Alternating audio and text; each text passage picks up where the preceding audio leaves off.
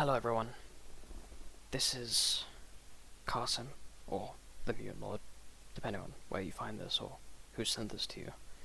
I decided I would start lore readings for Destiny, because I realized there's a lot of lore, and I really want my friends to understand it, because it's very interesting to me.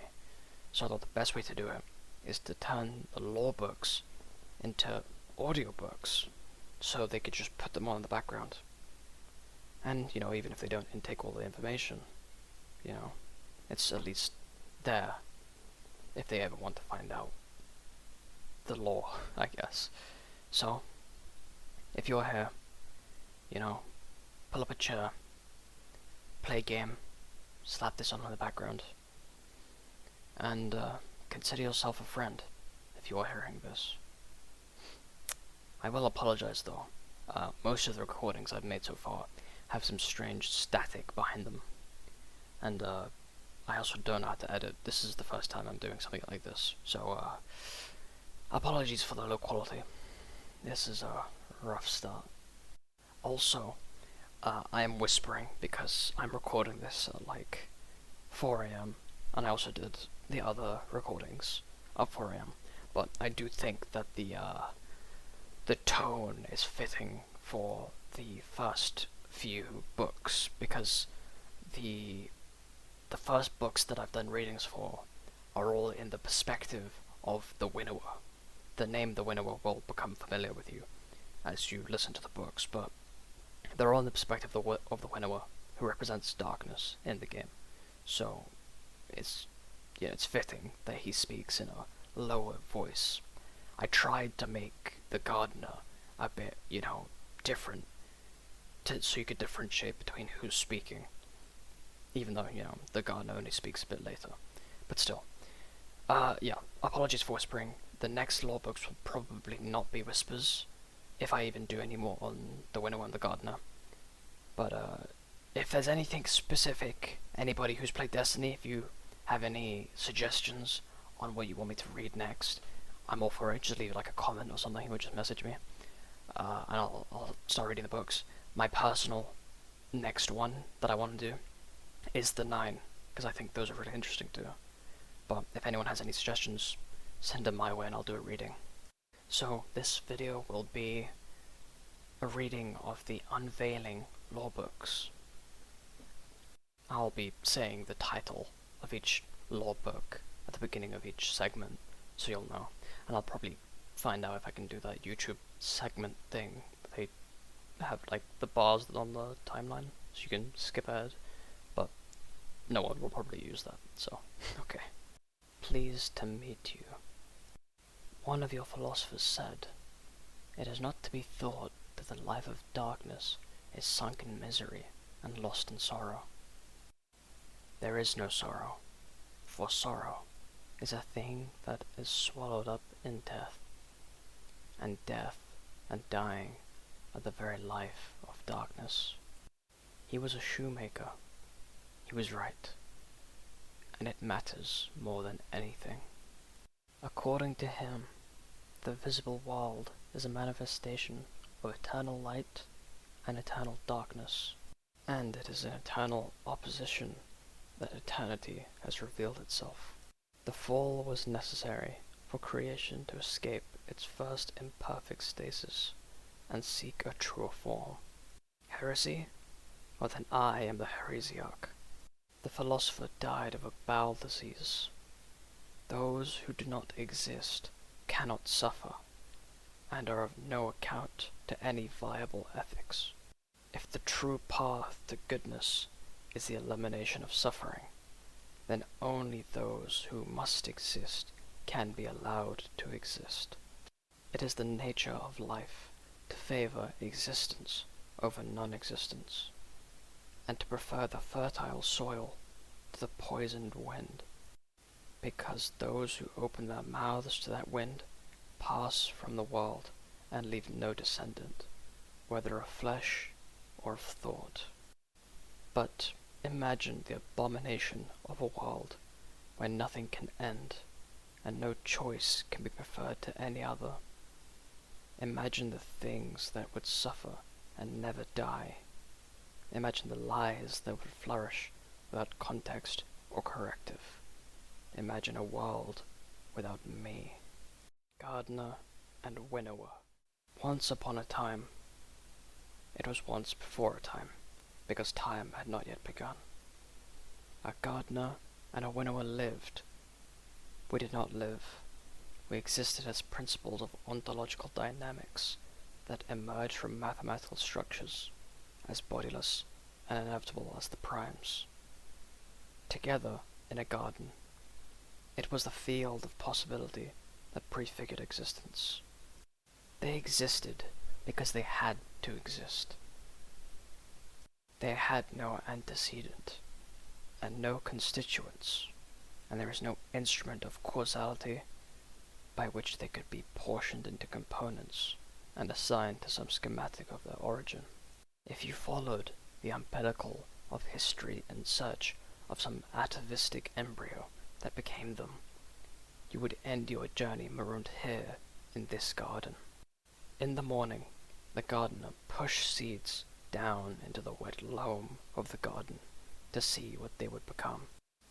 In the evening, the winnower reaped the day's crop and separated what would flourish from what had failed. The day was longer than all of time, and the night was swifter than a glint of light on a falling sugar crystal.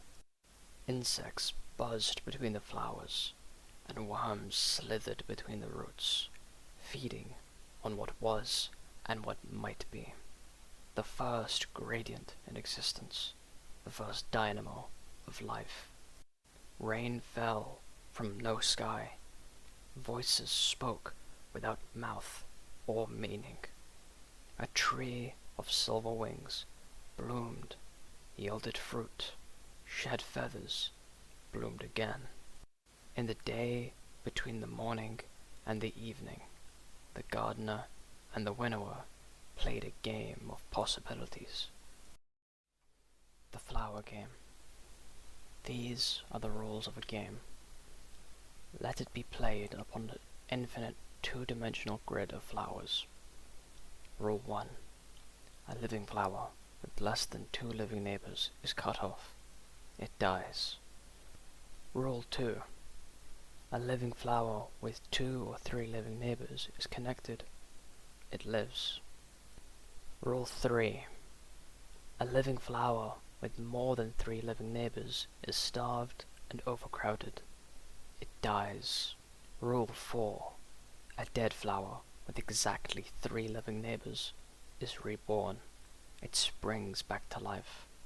The only play permitted in the game is the arrangement of the initial flowers. This game fascinates kings. This game occupies the very emperors of thought, though it has only 4 rules, and the board is a flat, featureless grid. In it, you will find changeless blocks, stoic as iron, and beacons, and whirling pulsars, as well as gliders that soar out to infinity, and patterns that lay eggs and spawn other patterns, and living cells that replicate themselves wholly. In it, you may construct a universal computer with the power to simulate, very slowly, any other computer imaginable, and thus simulate whole realities, including nested copies of the flower game itself. And the game is undecidable. No one can predict exactly how the game will play out, except by playing it. And yet, this game is nothing compared to the game played by the gardener and the winnower. It resembles that game as a seed does a flower. No, as a seed resembles the star that fed the flower and all the life that made it. In the game, the gardener and the winnower discovered shapes of possibility. They foresaw bodies and civilizations, minds and cognitions, qualia and suffering. They learned the rules that governed which patterns would flourish in the game and which would dwindle. They learned those rules, because they were those rules, and in time, the gardener became vexed. The final shape. It always ends the same, the gardener complained. This one stupid pattern. Aren't they beautiful? I asked, as the flowers opened and closed in patterns beyond the scope of entire universes to encode, all devouring and perhaps everlasting. Not even we could know whether a pattern in the flowers would cycle forever or someday halt. They're as dull as carbon monoxide poisoning, the gardener groused, although carbon monoxide did not yet exist, and neither did anything that could be poisoned. The gardener kneeled to flick a patch of sod with her trowel. It struck an open flower, causing it to shut. Although I was the closer of flowers, and that was my sole purpose, I felt no fear or jealousy. We had our assigned dominions, and always would. They're majestic, I said. They have no purpose except to subsume all other purposes. There is nothing at the center of them except the will to go on existing, to alter the game to suit their existence. They spare not one sliver of their totality for any other work. They are the end. The pattern corrected the errant flower effortlessly. The great flow went on unchanged. The gardener got up and brushed their knees. Every game we play, this one pattern consumes all the others, wipes out every interesting development. A stupid, boring exploit that cuts off entire possibility spaces from ever arising. There's so much we'll never get to see because of this pest. They chewed at their cracked lip, which existed only because this is an allegory. I'm gonna do something about it, they said. We need a new rule. The first knife. I looked up in shock. I said, What? What do you mean? A special new rule. Something to... The gardener threw up their hands in exasperation. I don't know. To reward those who make space for new complexity. A power that helps those who make strength from heterodoxy, and who steer the game away from gridlock. Something to ensure there's always someone building something new. It'll have to be separate from the rest of the rules, running in parallel, so it can't be compromised. And we'll have to be very careful so it doesn't disrupt the whole game. All you will do, I said, with rising fury, is delay the dominant pattern that will overrun the others. It is inevitable. One final shape. No. It'll be different. Everything will be different, everywhere you look. Everything will be the same.